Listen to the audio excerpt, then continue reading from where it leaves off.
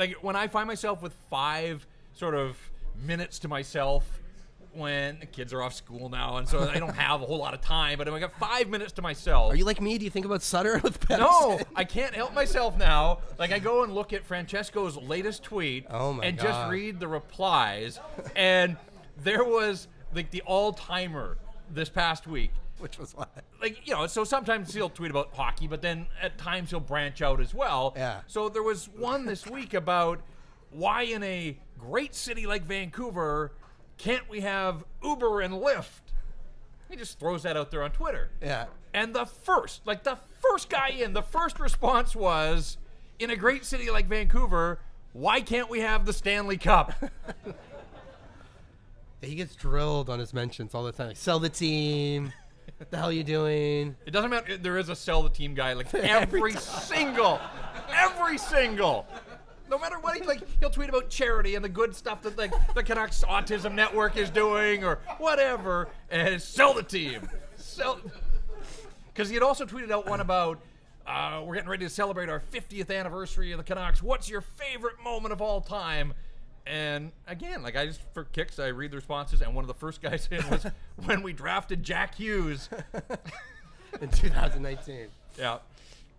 So it can get worse. See, yeah. It could be worse. We've talked about changes to the lineup. We finally found out. It took a while, but they seem to have solidified their coaching staff and playing musical chairs with the goalie. I think so. They're not adding another assistant. To the best of my knowledge, they're not adding an assistant. But they now apparently they've taken the lead of the Stanley Cup champs and have created a goaltending department now. Oh, and another move I love. Like this is like people say like you hate everything, you're always the same. I love this. I love the idea of bringing in a guy like Ian Clark, who was in Vancouver to 2010, had a really acrimonious departure. I think Luongo was upset about it. Clark, definitely that regime, that executive group wanted nothing to do with Clark.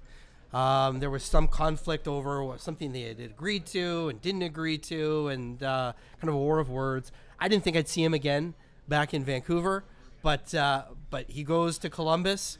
Bobrovsky wins 2 Vezinas, I think in 4 years or 5 years there.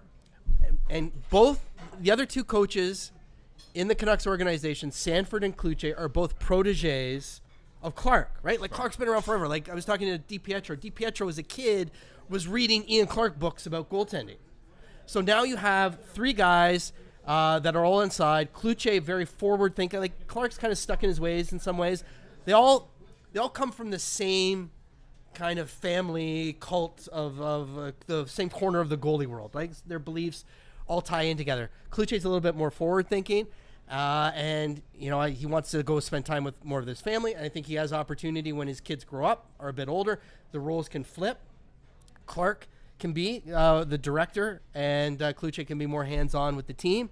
But all the help, the more help that they can get for these developing goalies, especially DiPietro and Demko, the 2 guys that I think those are 2 guys that have a chance to be game changers, change the face of the franchise, get to the light at the end of the tunnel.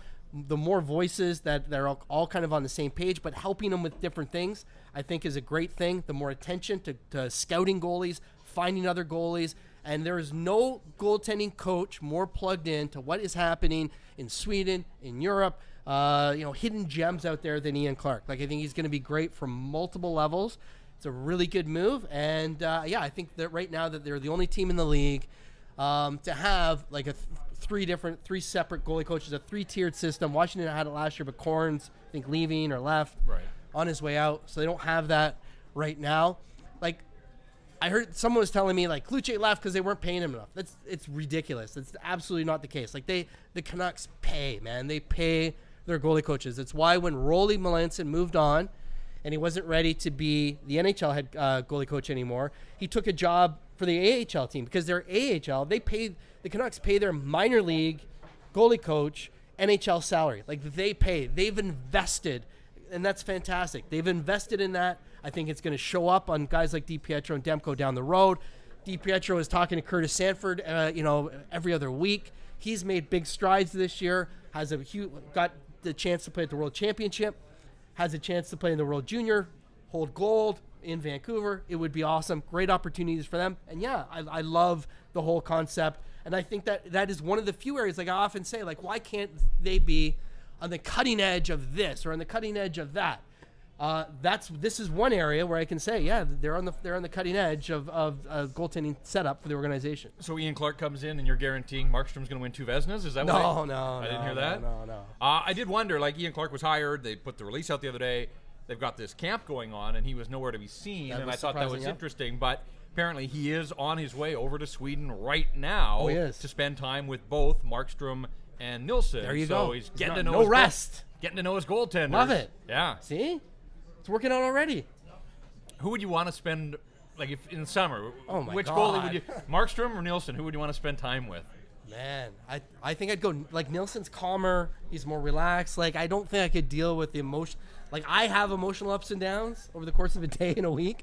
Like, I need, like, my wife's, like, super calm all the time. Like, there's no big movements. Like, always the same flat line emotionally.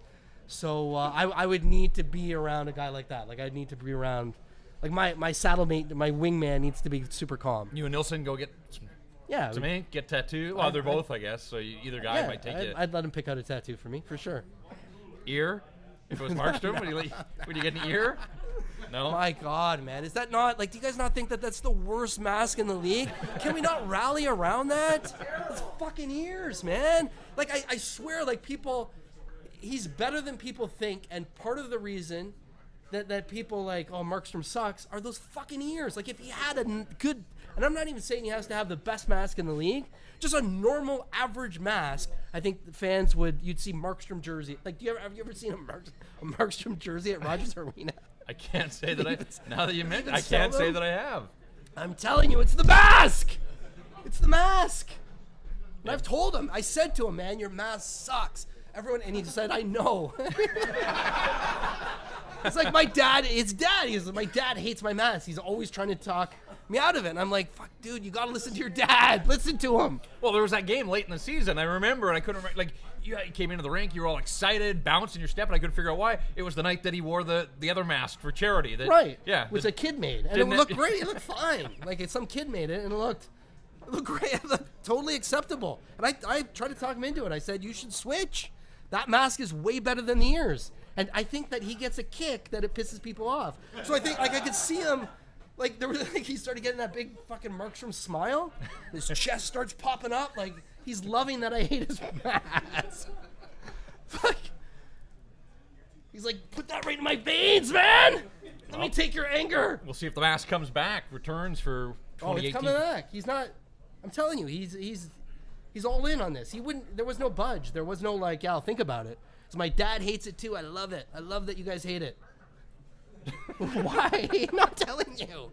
It sounds ridiculous, but it happened.